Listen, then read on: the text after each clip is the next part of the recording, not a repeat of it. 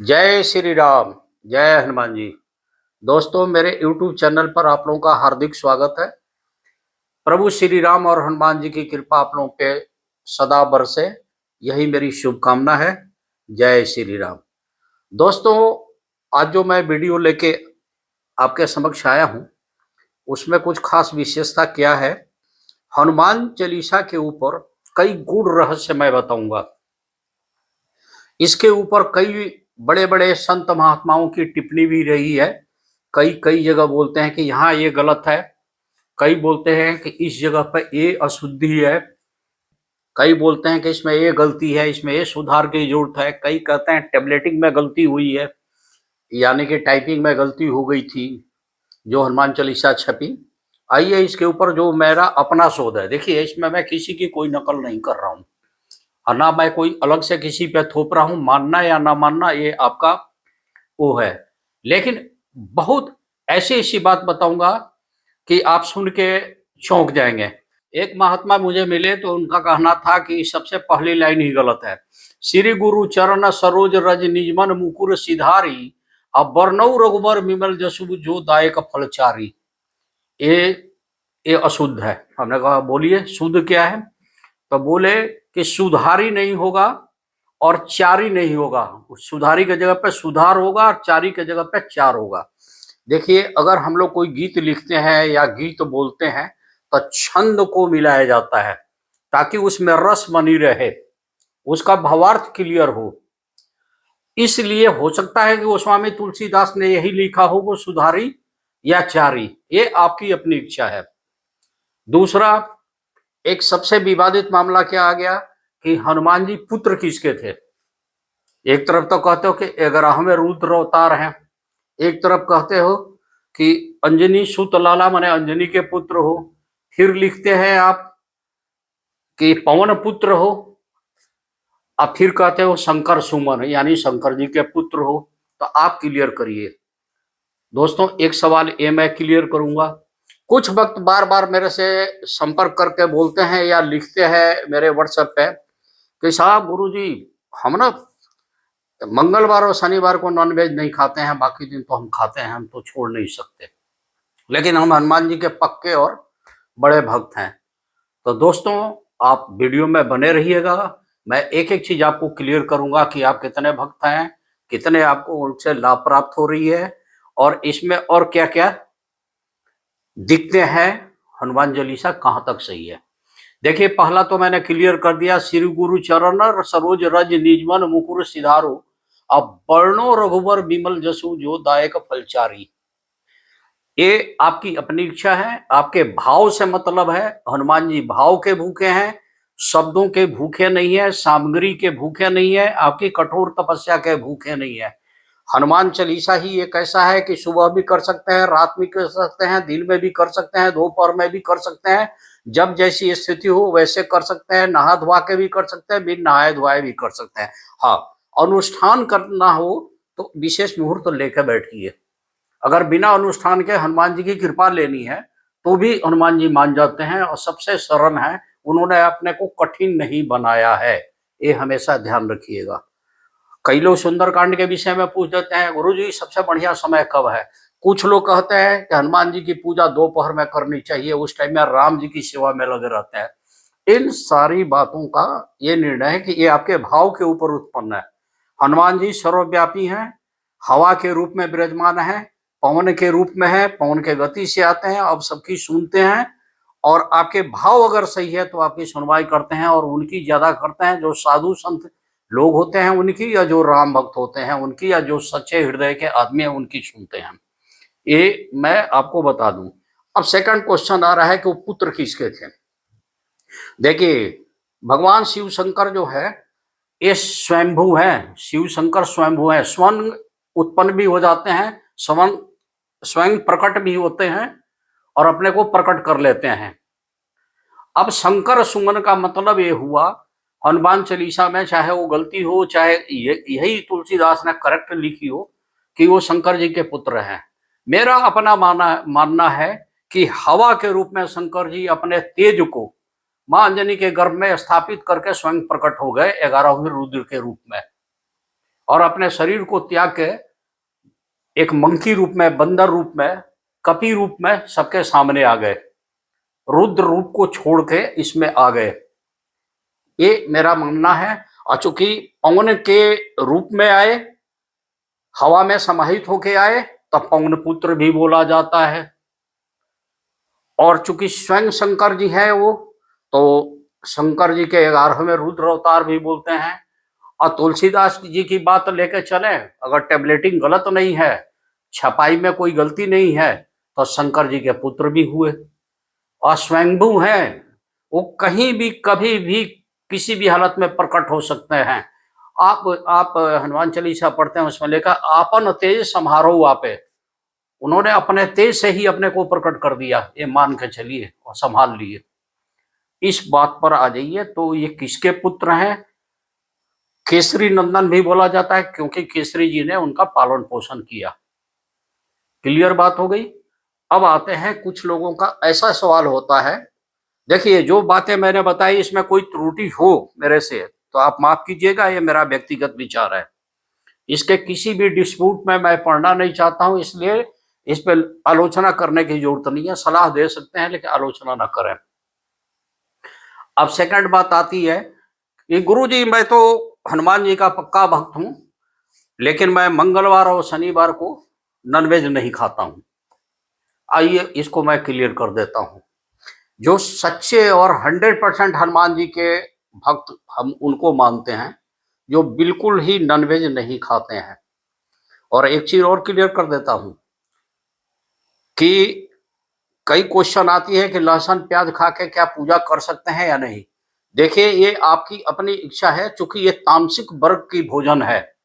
तो अगर हनुमान जी का अनुष्ठान जिस दिन कर रहे हो कोई संकल्पित, तो लहसुन प्याज खा के नहीं करना चाहिए। और लहसुन प्याज खा के हनुमान जी को छूना, टच करना अच्छा नहीं माना गया है, क्योंकि ये एक तरह का तामसिक भोजन है।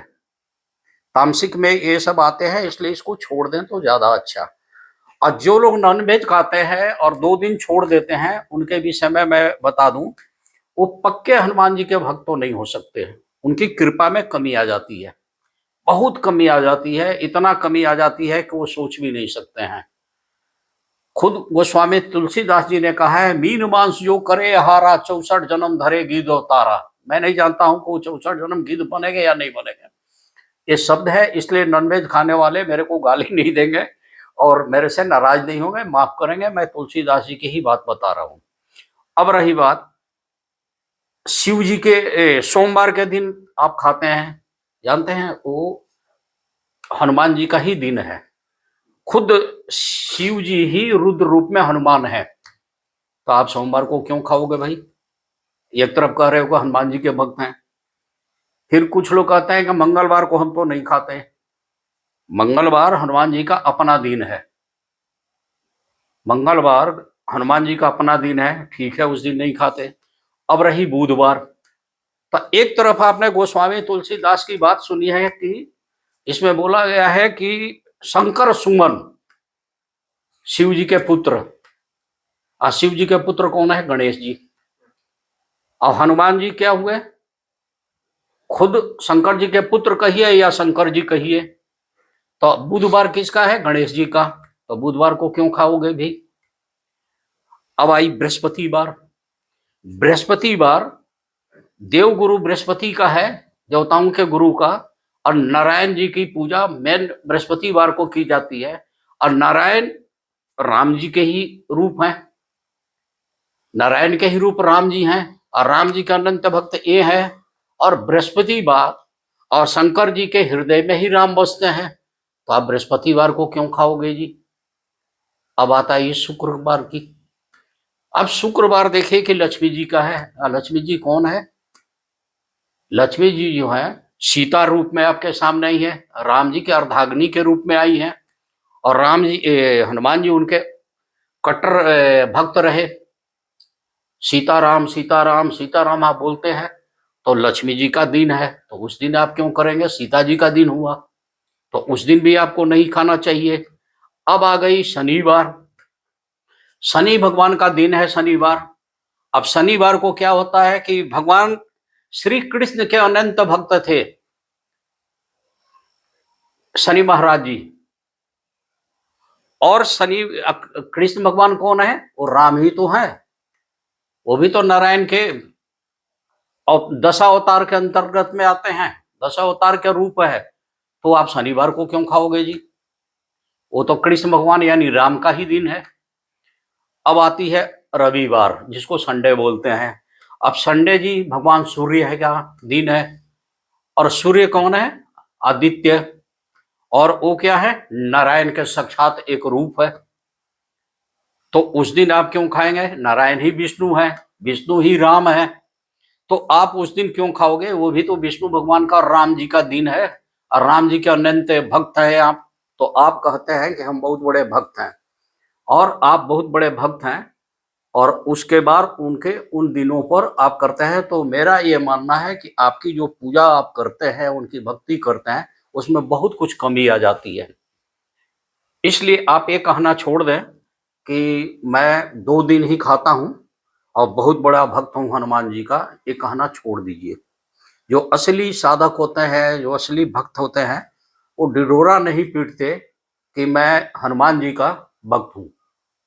अब आते हैं हम फिर उसी सेंटेंस पे जो पहले वाला था, जो चौपाई में थी कि श्री गुरु चरण सरोज रज निज मन मुकुर सिधारी, अब वर्णो रघुबर विमल जसु जो दायक फलचारी। तो ये फलचार कौन कौन से हैं? तो मैं फिर बता रहा हूं, ये है धर्म अर्थ काम मोक्ष। ना तो आपको धर्म से कोई डिगा सकता है, धार्मिक भी रहोगे और धर्म के पुण्य भी आपको मिलेंगे, अर्थ धन दौलत सुख सुविधा नाम पद प्रतिष्ठा में कमी नहीं होगी। काम का मतलब जो कुछ डेली यूज में आप करते हैं, आपका पुरुषार्थ, आपका कर्म, आपका कर्मा, ये काम में आ गया। अब मोक्ष, जितने आपने काम किया लास्ट गति उसकी जो है मोक्ष की होती है। स्वर्ग लोक, वैकुंठ लोक, देवलोक, मृत्यु लोक, या किस जन्म में जाएंगे, क्या मोक्ष आपको मिलती है, क्या गति रहती है, ये मोक्ष फाइनल जो है। तो धर्म अर्थ काम मोक्ष। तो इसलिए हम इस विवाद में ही नहीं जाते हैं कि हनुमान चालीसा में क्या त्रुटि है, क्या त्रुटि नहीं है। एक और बात आ जाती है, सब पर राम तपस्वी राजा। बड़े बड़े महात्मा कहते हैं तपस्वी कभी राजा नहीं हो सकता। मैं माना, ये किसके ऊपर लागू है? मनुष्य जाति के ऊपर लागू है। भगवान सबसे परे है, वो भगवान के अवतार हैं, वो नारायण होके भी मनुष्य रूप में एक तपस्वी की भी जिंदगी जिए हैं, और तपस्वी भोग विलास में कम रहे, ना के बराबर रहे, और तपस्वी की जिंदगी है। तो सब पर राम तपस्वी राजा, एकदम सही है। ये मेरा अपना कथन है। बाकी मेरी वीडियो कैसी लगी आप अपने बताइएगा। और आज मैं फिर बता रहा हूं कि हनुमान चालीसा बार बार जो आदमी पढ़ता है, हनुमान जी पर अटूट आस्था रखता है, अलग से सिद्धि लेने की कोई जरूरत नहीं है, वो अपने आप सिद्ध हो जाता है। वो जो बोल दिया वो वाणी अटूट होगी, वो कटती नहीं है। जो समाधान करना चाहे, जिसको समाधान दे दे, वो समस्या उसकी हल हो जाती है, और वो सिद्ध पुरुष के रूप में आ जाता है। तो सिद्धि साखी गौरीशा, एकदम क्लियर है। देखिए, मैं एस्ट्रोलॉजर हूं, जन्म कुंडली देख के लोगों का भविष्य बताते हैं, बढ़िया रास्ता बताते हैं, हनुमान जी की कृपा पाने का पूरा प्रयत्न करते हैं, उनका स्मरण करके हम बनाते हैं। उसकी कुंडली में खतरनाक से खतरनाक ग्रहों को मोड़ लेता हूं। ये शक्ति ज्योतिष विद्या का भी है और हनुमान जी की अटूट कृपा की है। 95% मैं इन मामलों में विजेता रहता हूं, जीत जाता हूं। ये मेरा अहंकार नहीं है, ये हनुमान जी की कृपा है। तो दोस्तों, मेरा वीडियो कैसा लगा आप जरूर लिखेंगे और बताएंगे। मिलते हैं नेक्स्ट वीडियो में, तब तक के लिए मुझे आज्ञा दीजिए और प्रेम से बोलिए जय श्री राम, जय हनुमान जी।